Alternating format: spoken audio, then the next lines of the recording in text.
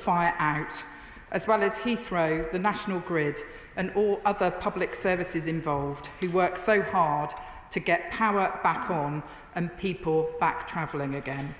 This was an unprecedented event, and we must learn any and all lessons we can to ensure that it does not reoccur in future.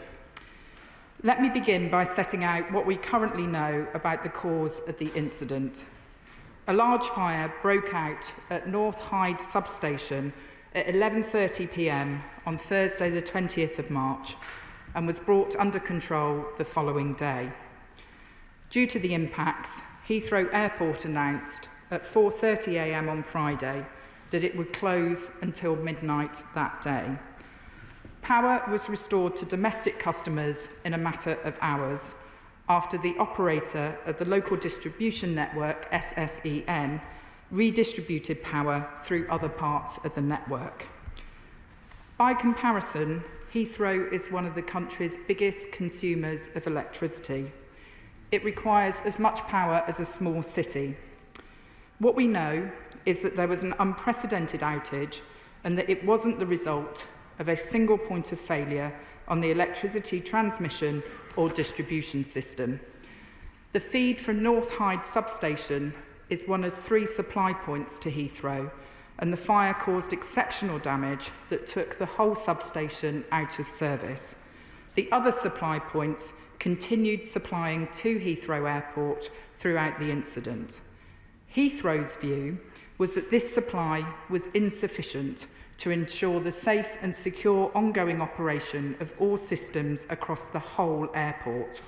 It proceeded to reconfigure its internal electricity network to enable the resumption of full operations utilising the 2 other external supply points. This required hundreds of systems to be safely powered down and then safely powered up with extensive testing. The airport has a range of backup generators and uninterruptible power supplies, including diesel generators, to provide power to essential systems to enable them to safely land planes. These backup systems ensured safety and security systems and protocols were maintained at all times, but they were never designed to support full operation of the whole airport.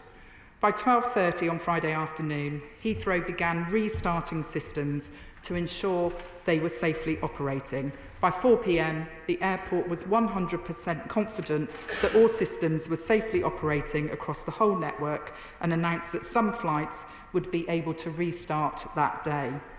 The first flights from about 6 p.m. were so-called positioning flights, which were to get aircraft and crew to the right places to resume normal operations the following day. This was then followed by flights diverted to UK and non-UK airports to allow passengers to be repatriated and a small number of outbound long-haul flights. Mr. Speaker, since Saturday, Heathrow has been fully operational with over 250,000 passengers able to fly to and from the airport on Saturday. Due to knock-on impacts of the event, there continued to be some delays and cancellations over the weekend. Overall, the impact of Heathrow's closure led to over 1,300 flights and more than 200,000 passengers having their flights cancelled or diverted on Friday and a further 110 cancelled on Saturday. The government is acutely aware of the need to ensure that passengers are well looked after and their consumer rights are protected.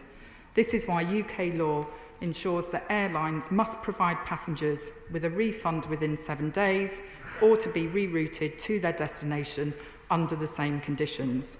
We are closely monitoring to ensure that passengers are properly supported. To support the recovery, my department temporarily lifted restrictions on overnight flights to ease congestion.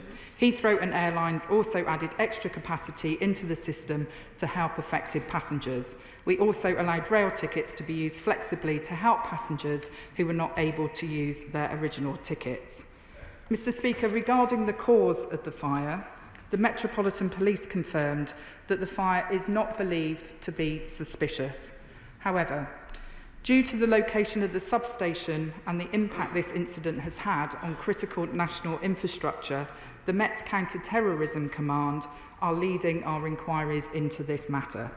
This is due to the specialist resource and capabilities within that command, which can assist in progressing this investigation at pace to help minimise disruption and identify the cause. It would not be appropriate to comment further whilst these investigations continue, but we will of course update the House once it is appropriate to do so.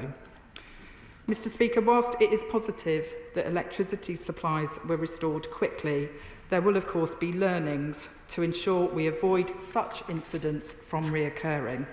That is why on Saturday, my right honourable friend, the Energy Secretary, working with Ofgem, commissioned the independent National Energy Systems Operator, NESO, to urgently investigate this incident. The review will also seek to understand any wider lessons to be learned for energy resilience for critical national infrastructure. NESO have been asked to report back to DESNZ with initial findings within 6 weeks. In addition, Heathrow has asked Ruth Kelly, former Secretary of State for Transport and an independent member of Heathrow's board, to undertake a review of its internal resilience. The Kelly review will analyse the robustness and execution of Heathrow's crisis management plans, the airport's response and how it recovered the operation. While colleagues across the House will appreciate that we do not yet know everything there is to know about this incident, I will try to answer questions from honourable members with as much detail as possible based on the latest information I have at my disposal. I commend this statement to the House. Shadow Secretary of State, Gareth Bennett. Thank you, Mr. Speaker, and I would like to thank the Secretary of State for her statement and for advance sight of it. I would also like to join her in extending my gratitude to the firefighters who responded so swiftly to this incident, and I would like to extend my sympathies to everybody affected by the disruption and to place on record my thanks to all those at Heathrow who worked diligently to ensure that the airport came back online over the weekend. Mr. Speaker, the loss of power in the Heathrow area caused significant disruption for thousands of travellers and countless businesses. Heathrow Airport, one of the world's busiest airports and Europe's busiest air hub, was scheduled to handle 1,351 flights on Friday, carrying up to 291,000 passengers. However, as we know, the fire at a nearby electrical substation forced planes to be diverted to other airports, with many long-haul flights returning to their points of departure. The financial cost of this shutdown to the airline industry is expected to be to total tens of millions of pounds, with significant question marks over the airport's possible vulnerability to further disruption in the future. Before we discuss the specifics of the incident, I would like to ask the Secretary of State to confirm that she will remain engaged with Heathrow, the airlines and other key stakeholders throughout this period to minimise the impact on passengers and the economy. Turning to the government's response, I note that the Secretary of State for Energy, who I'm pleased to see in his place this afternoon, has instructed the National Energy Systems Operator to urgently investigate this incident. It is crucial that NESO's investigation delivers a clear and objective assessment of the incident's circumstances and the UK's broader energy resilience. So I would ask that the government keep the House informed as this investigation develops. I also note that the Secretary of State for Transport will be closely monitoring Heathrow's internal investigation into this incident. She is right to do so. While I trust that she will share any conclusions drawn from the report with the House, I would ask her today to provide the specific assurance that she will indeed do so. Focusing on the details of this incident, it is evident that it raises significant concerns about the resilience of Heathrow Airport and in particular, and critical infrastructure in general. Regarding Heathrow's resilience, important questions are raised about why the airport was dependent on a single electrical substation that proved so vulnerable to an incident of this nature. I understand from media reports and from the Secretary of State's statement this afternoon that whilst 2 additional substations are capable of powering the airport, doing so would require reconfiguring the power supply structure for all terminals. So I must ask, does the Secretary of State believe that this setup is appropriate for the country's largest airport? Additionally, what assessment has she made regarding the power supply resilience of other major UK airports? With regard to the resilience of our critical national infrastructure, this episode underlines the urgent need to ensure that our critical infrastructure is safeguarded against both accidental incidents and deliberate acts of sabotage by malign actors. The House will recall that when President Putin launched his illegal invasion of Ukraine, global energy markets faced immense disruption, posing the most significant threat to European energy security since the 1970s. Despite this upheaval, Britain's energy prices remained broadly stable, but only because the government of the day took decisive action to protect businesses and households from price spikes as far as possible, but this came at a significant financial cost. However, this event at Heathrow reminds us that true energy security depends not only on price stability, but also on the physical safety of our energy infrastructure. Given the crucial role of airports to our economy, we must remain vigilant. And in light of that, I must ask the Secretary of State what discussions she has had with her right honourable friend, the Energy Secretary, to ensure the energy supply to major airports remains secure. What is the timeline for the Kelly review, and will its findings be made publicly available?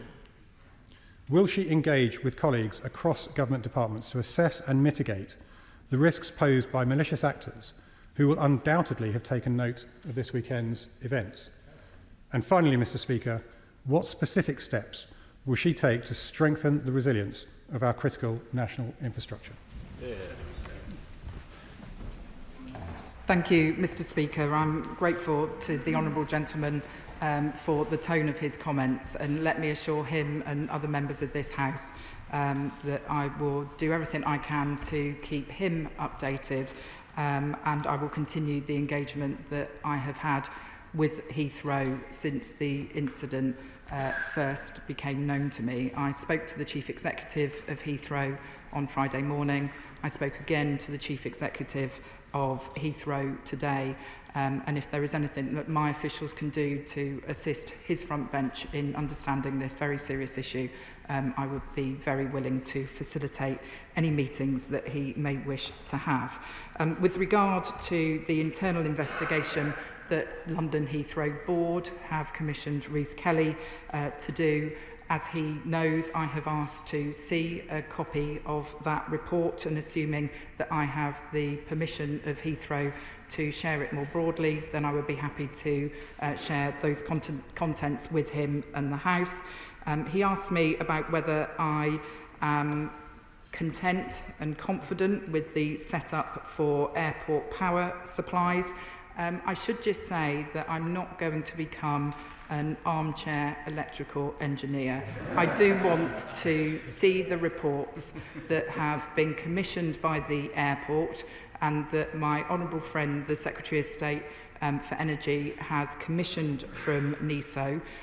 We are also conducting via the Cabinet Office a resilience review of critical national infrastructure, and I can assure him that we will be looking at any and all of the issues that this incident raises in those reviews. I did speak with my honourable friend, the Secretary of State for Energy, on Friday evening, and I also assure him that I will continue to engage across government on any of the issues that this incident raises. To Ruth Cabret. Thank you, Mr. Speaker, and I'd like to also thank the Transport Secretary for her statement today, and also the fire services and the airport and airline staff who did so much to over the weekend to address and support the situation and ensure it didn't get any worse. And also, I can say that we will have a committee session next week with the Chief Exec of Heathrow Airport and others, and we'll look forward to also asking the Secretary of State more questions when she comes to us after the Easter recess, by which time I hope that both she and I will be better genned up on electrical engineering. Mr. Speaker, there has been talk this weekend about the single point of failure, and in this case I don't just mean a particular electricity substation, but that our busiest airport and what happens when it closes, the impact that all of our airports have when they are at risk. They are critical national infrastructure.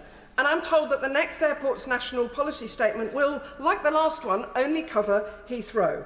So would the Secretary of State consider that now is definitely the time that we had a national airport strategy so that includes what happens when any one of our airports is taken out of action?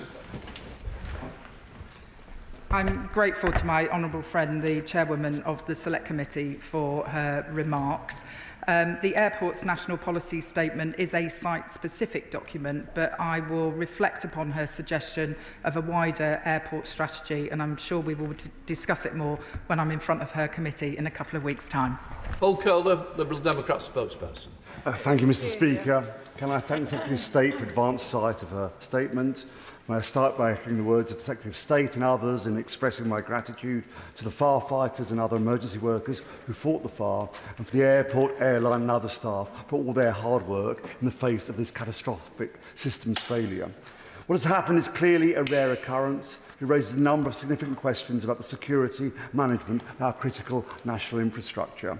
Whilst I'm pleased to hear that currently no foul play is suspected, the event has revealed vulnerabilities in our national security that may be exploited in the future by terrorists and hostile state actors. It is consequently vital that lessons are learnt to ensure an incident like this does not happen again, and I welcome the announcement there will be a full investigation into what has happened. It is deeply concerning that the failure of a single piece of infrastructure has taken down the entire airport. Heathrow is connected to 3 substations. Whilst 2 were impacted, the 3rd was running and had enough capacity, thought to be around 72 megawatts, to power the whole of Heathrow, which requires a little more than 40. It is evident Heathrow's power setup could not be swiftly reconfigured to allow the 3rd substation to be used, and we need to understand why and whether this can be remedied for the future. Whilst Heathrow claims it is normal for airports not to have sufficient backup capacity to power their entire needs, other industries that require even more power than Heathrow, such as data centres, take more robust steps to ensure there are sufficient backup systems to counter such failures. Shouldn't our key international transport hub have the same safeguards? We must also not forget those whose journeys were disrupted. It's estimated that over 200,000 passengers have been impacted by the event. However, under current regulations, most of these will not be eligible for compensation. So can I ask the Secretary of State 3 questions? 1, what impact, if any, will this incident have on the government's plans for expansion at Heathrow? Can the national grid infrastructure cope with the 3rd runway, or will the airport become more prone to failure? Secondly, does she believe that UK airports should be taking steps to increase their backup capacity to ensure an incident like this does not happen again? And thirdly, does she believe the current regulations concerning passenger compensation are sufficient? Secretary of State. I'm grateful to the honourable gentleman for his question. I do think the question of expansion of Heathrow and this very rare, unprecedented event are 2 entirely separate issues, and he will be aware that the government has invited Heathrow to bring forward proposals for a 3rd runway. We will be reviewing the airport's national policy statement after that. With regard to backup capacity at airports, I am told that the backup power systems in Heathrow operated as they should have done in this incident.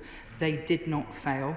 I don't want to make knee-jerk conclusions as a result of this unprecedented incident, but we will be looking very closely at the 2 reviews I mentioned in my statement, and I have worked with the Civil Aviation Authority to ensure that passengers who have been affected by this disruption are aware of their rights.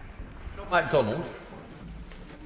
Heathrow is in my constituency, as is this substation which caught fire, so I'd like to join with the others to thank the firefighters who worked so hard to get this under control so quickly at some risk. Also the police and the council officers that helped the evacuation of 150 of my constituents from their homes. I was there on the day, met some of the residents, and I'll be writing to them all so that we could pick up lessons from what they experienced on the day itself and build it in. But now that this site has gained such high profile, there are concerns about the security of the site for the future. So I'd welcome some more detailed information coming out of the inquiry about how we will secure this site from the future, not just from accident, but also from potential attack. Secretary of State. I'm grateful to my honourable friend for that question, and I think he raises a fair point, and I will ensure that we provide that information to him once we have reviewed the different reports that are going to be published over the next couple of months. Mark Blitchell.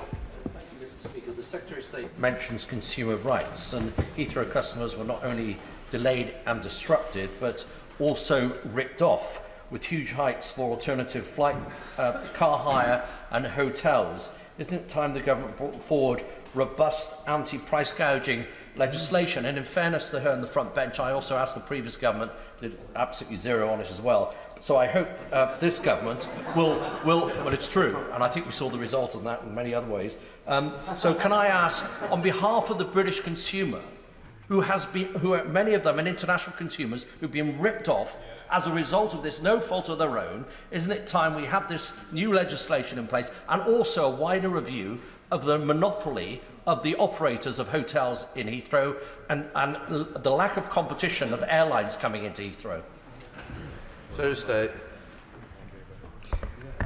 I can categorically say that it wouldn't be right for anyone or any business to be capitalising from this disruption. And whether it is airlines or hotels, I would be expecting those organisations to be doing everything they can to support travellers who have been disrupted by this incident. Lawrence Turner.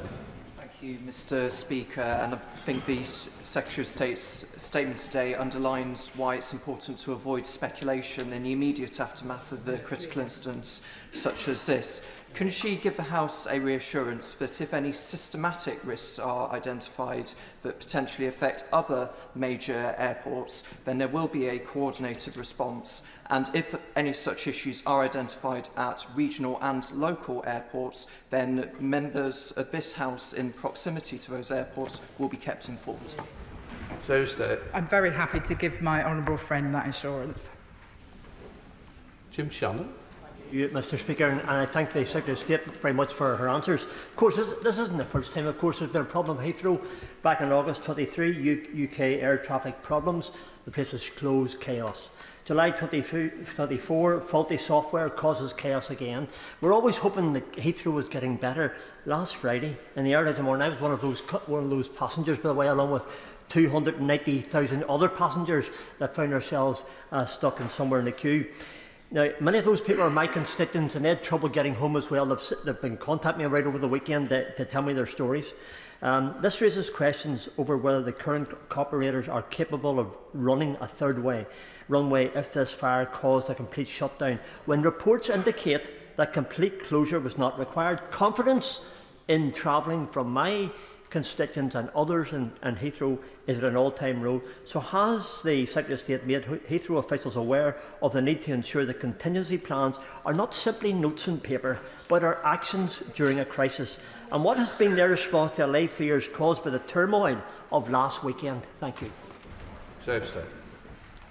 I don't think anyone underestimates the distress and disruption that this incident caused, and having spoken directly with the Chief Executive of Heathrow on a number of occasions now, I know that he is fully aware of that. I do think that this is an unprecedented event of very significant magnitude. Heathrow does, day in, day out, very successfully provide services to hundreds of thousands of passengers and businesses. So whilst it's right that we do everything we can to interrogate the causes of this incident and learn any lessons, I do believe that Heathrow Airport can continue to be a trusted partner for government in the longer term. Bill Esterson. Thank you, Mr. Speaker. The power outage, which had such a significant effect at Heathrow and its immediate surrounds, has raised real concerns about resilience and the backup of our energy system for infrastructure, major infrastructure projects and sites.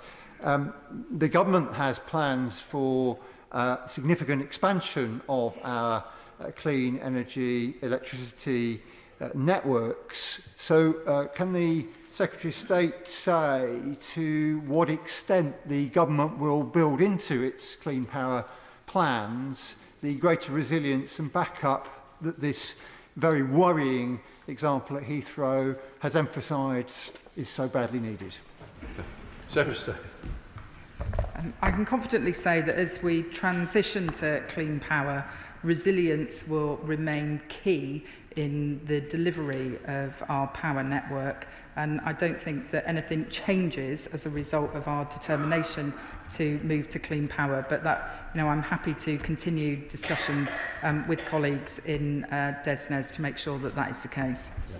Father House, Robert Lee. Following that last question, can the Secretary of State give us an absolute assurance that nothing in our drive towards green energy and net zero will ever affect the sustainability and safety of our vital transport systems?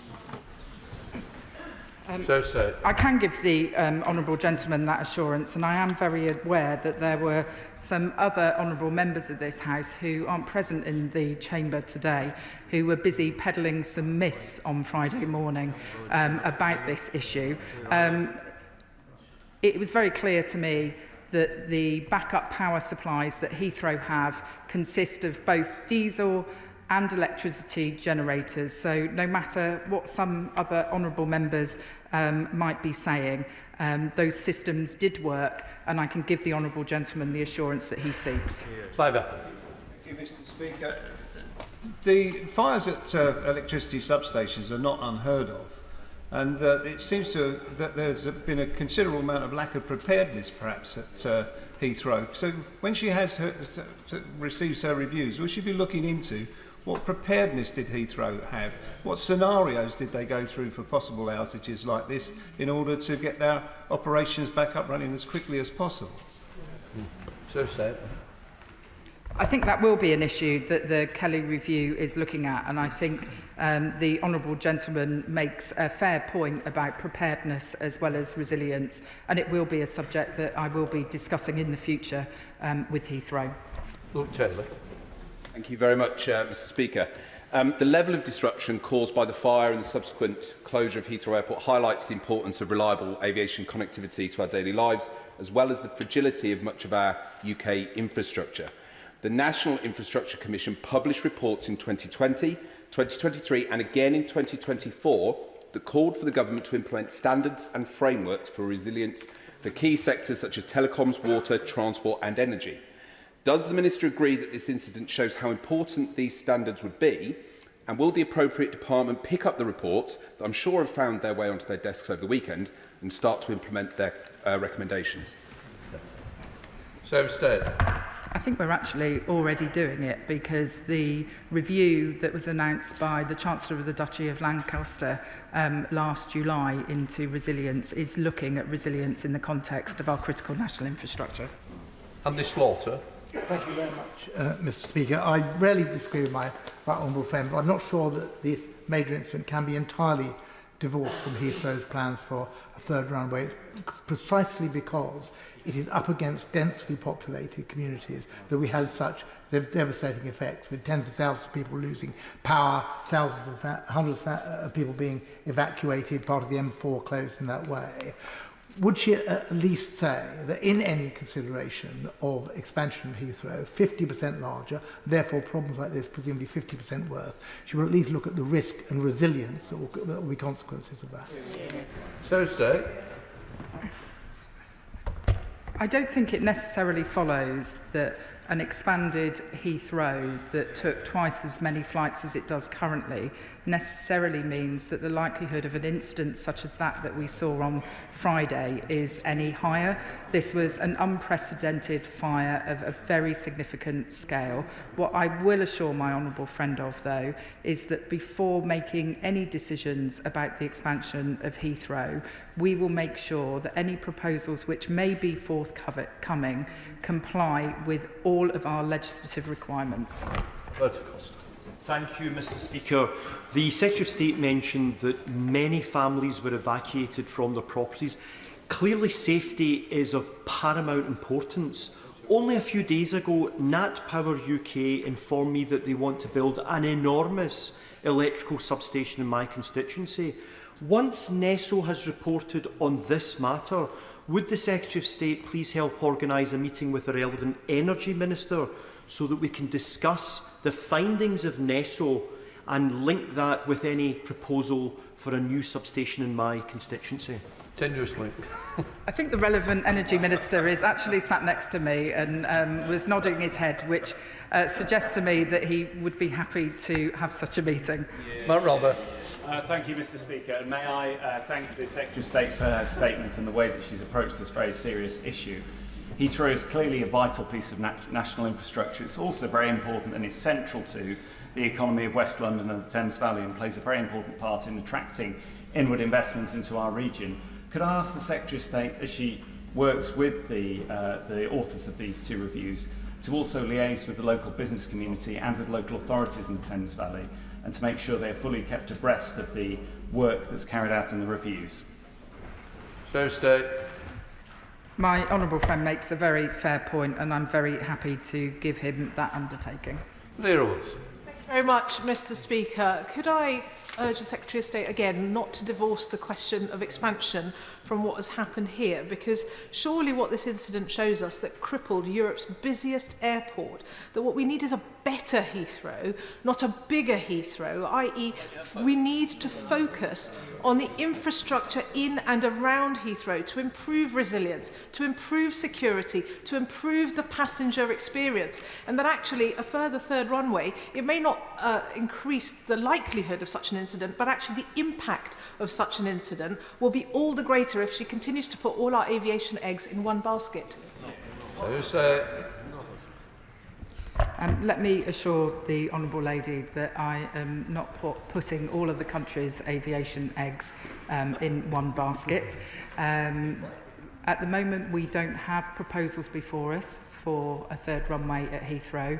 We will look at those proposals carefully when they are submitted, and we will make sure that any decisions that are taken about either the airport's national policy statement or a decision on any subsequent development consent order are taken in line with our environmental obligations in relation to things such as carbon, air pollution, noise, and consideration of the resilience of the infrastructure will be part of that.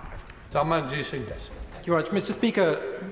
A national embarrassment, laughing stock globally, shocking. These, with memes doing the rounds, these are just some of the words which could be used to describe this weekend's events at Heathrow. While right honourable members in our Defence Committee and the Joint Committee on the National Security Strategy are busy discussing hybrid and cyber threats from our adversaries, our nation's biggest port was taken down by a single substation fire.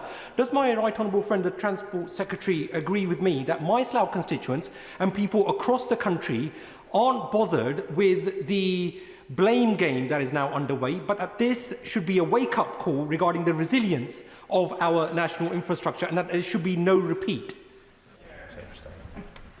Mr. Speaker, this was an unprecedented event, and Heathrow stood up their resilience plans swiftly, and within 18 hours of that fire starting, planes were once again landing at the airport. For an airport the size of Heathrow, that is no mean feat. It's right that both an internal review of the airport crisis management and resilience plans takes place, and it's right that the government has commissioned the review that will be conducted by NISO. Thank you, Mr. Speaker. The Secretary of State has already indicated that she spoke to the Chief Executive of Heathrow on Friday and again this morning. I'd like to think in an instant of this scale that there was ministerial contact throughout the weekend and possibly on a more than daily basis, given the impact it had on so many people. Will she commit to urgently reviewing the DFT's response to this major incident in addition to Heathrow's response? The Secretary of State will also be very much aware that there are airports length and breadth of the UK that are vital transport hubs linked to critical infrastructure such as Aberdeen Airport and in my own constituency Inverness, with dozens of helicopter flights servicing offshore oil and gas and renewables infrastructure, and airports that are home to air ambulances, police helicopters and Coast Guard services.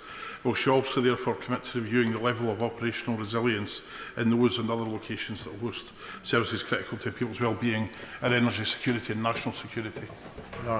Secretary of State. I can assure the honourable gentleman that in addition to the conversations I had with the Chief Executive of Heathrow, I was updated throughout the weekend by my officials on what was happening at the airport, and I'm happy to write to him about the wider point that he raises. James Sasser. Thank you, Mr. Speaker. As the Secretary of State is aware, my constituency contains London City Airport, which by its nature is very closely situated alongside residential and business buildings, so safety is something we're very alive to. It's also an area of massive regeneration, so power pressure is something we're also alive to as well, and that will be an interesting part for my constituents as part of her statement. Could she assure us that the review and the lessons learned will not only be shared, but also be looked at how they can be adapted so that other airports can adjust to them and make future-proofing for their resilience in the safer, so that we're not just learning this lesson after the event? Secretary of State. I'm very happy to make that commitment to my honourable friend. Dr. Andrew. Thank you, Mr. Speaker. Does the Minister agree that what happened on Thursday or Friday is a complete national embarrassment? It should never have happened. Will she do an assessment of our remaining airports to ensure that they also have multiple supply points for electricity, but that they do not rely on the illusion that plainly happened at Heathrow, that those multiple supply points made Heathrow completely reliable as a hub airport? Because that appears, on first looking at this, to be the case as far as Heathrow is concerned, and it's not adequate. Secretary of State.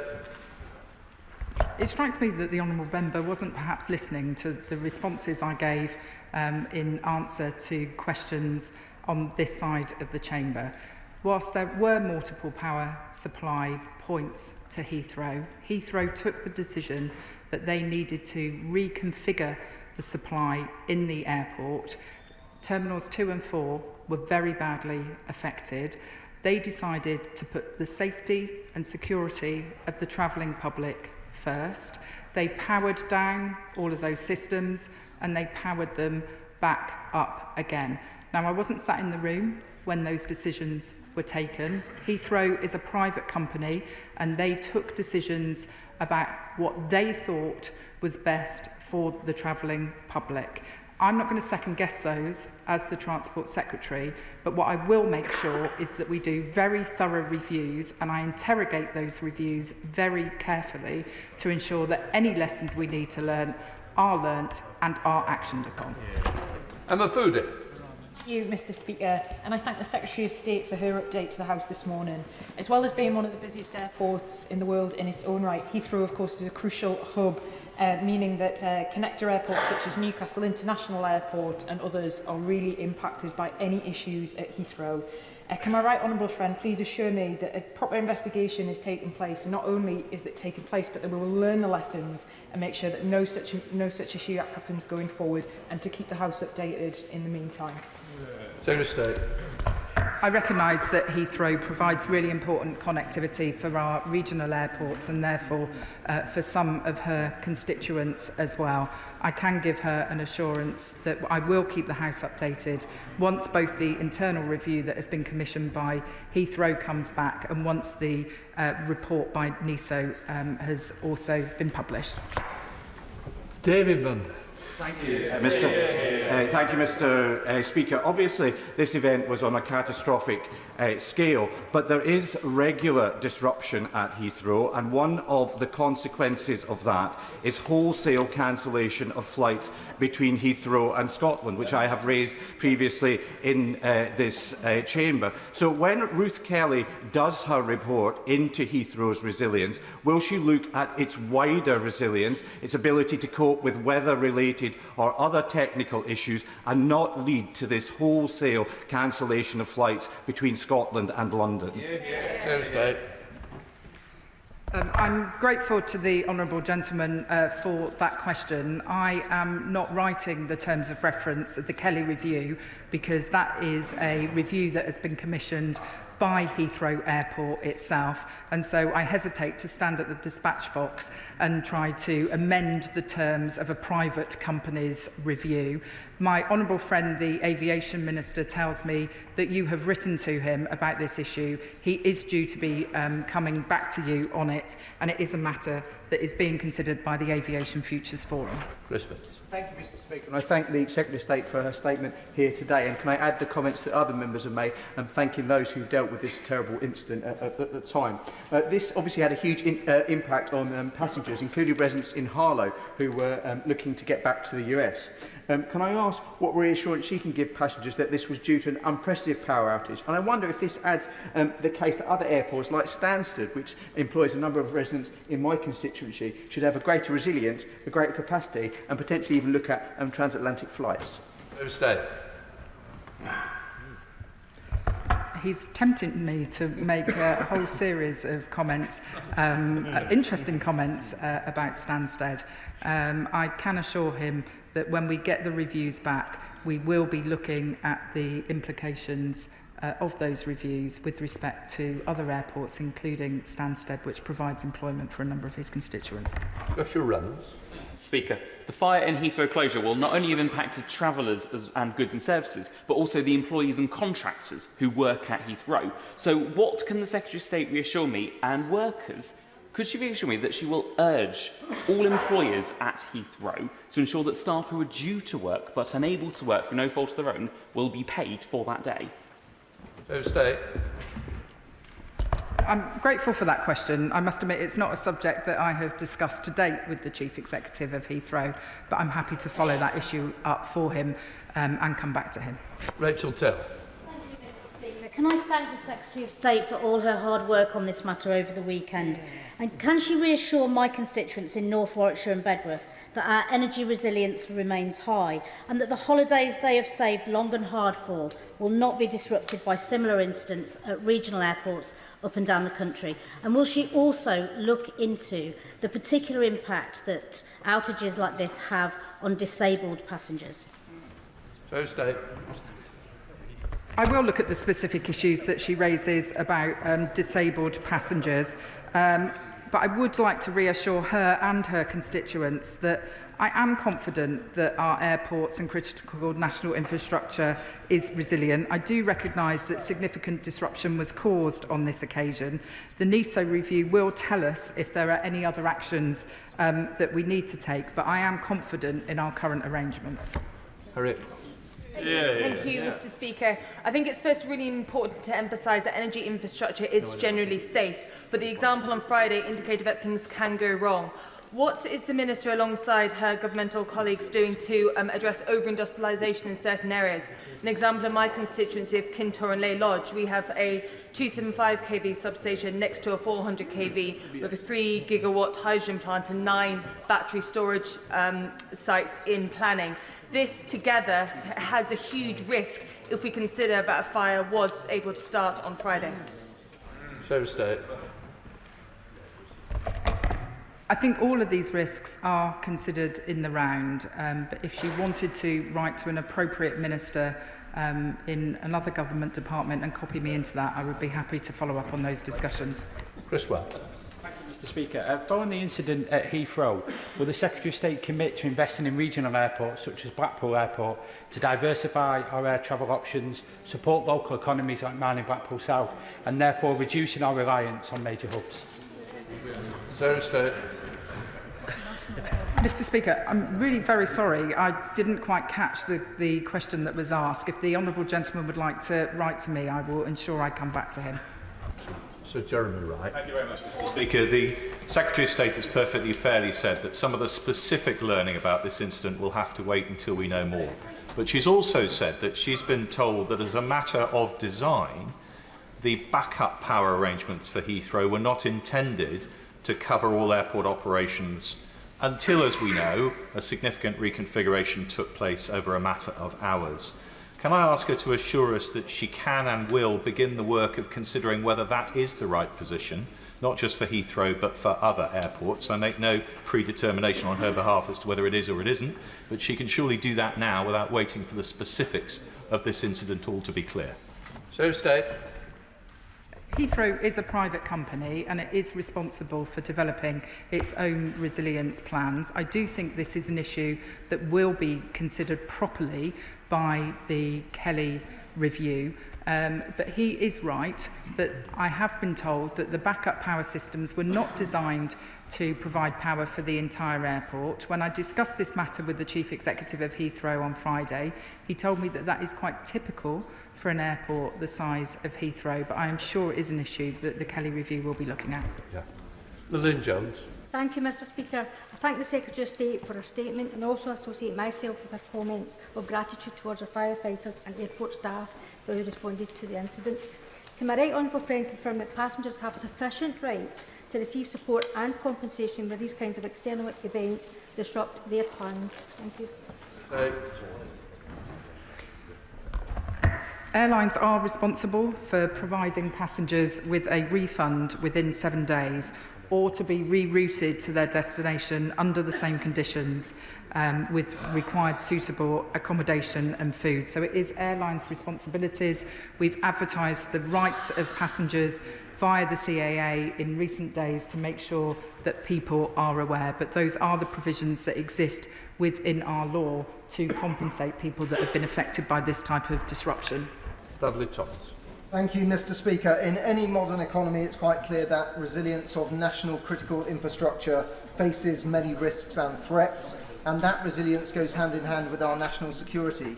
Does the Secretary of State agree with me that this incident and other risks that we face demonstrate that the role of the Prime Minister's National Security Advisor should be bolstered to more prominently cover national security and critical infrastructure resilience? Secretary of State.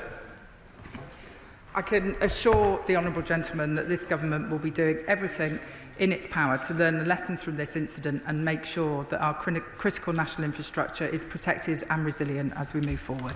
Robinson.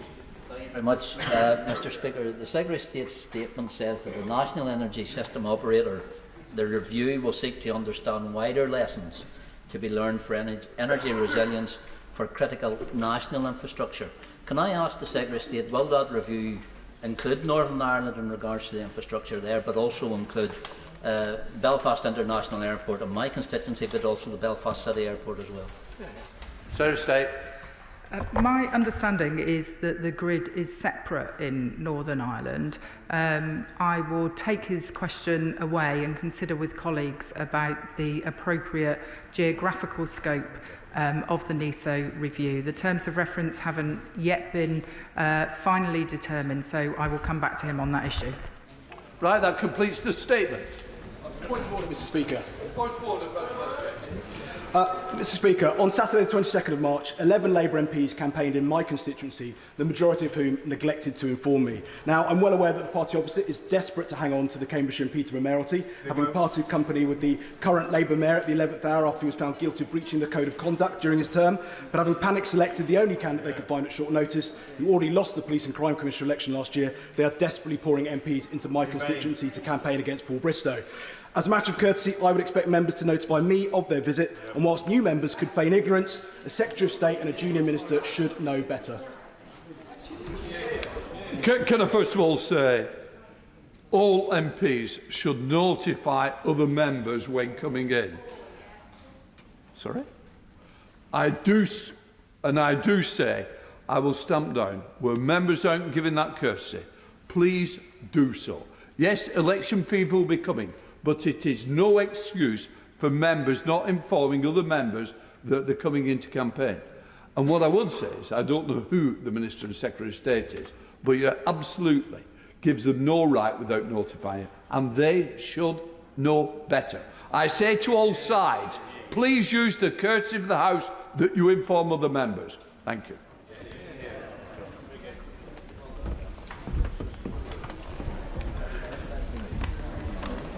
The clerk will now proceed to read the orders of the day. Planning and Infrastructure Bill, second reading. No. The reasoned amendment in the name of Gideon Amos has not been selected. Minister to move the second reading. Secretary of State. Thank you, Madam Deputy Speaker. I beg to move that this bill be read a second time. It's time to get Britain building again. This is what working people expect of this government, and it's what we will deliver. Our planning and infrastructure bill is critical to achieving economic growth, higher living standards and more secure future for our country.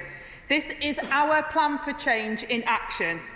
Action to build 1.5 million homes in this Parliament and a fast track of 150 major infrastructure projects, more than were decided over the 14 years under the last government. It's also key to making Britain a clean energy superpower, bringing down bills for working people and securing our energy supply in a more uncertain world. Make no mistake, this bill will transform the lives of working people and Britain's prospects for years to come. It is hugely ambitious, Madam Deputy Speaker, and rightly so, because everywhere I go, I hear the same frustrations. We just can't build anything anymore. We desperately need more homes and more development. But for too long, the answer has always been no. And that is choking off growth, leaving working people worse off and leaving Britain behind. Trains that don't work, roads that are clogged and not enough homes being built. I'll give way. Can I just gently say to her that none of my constituents are saying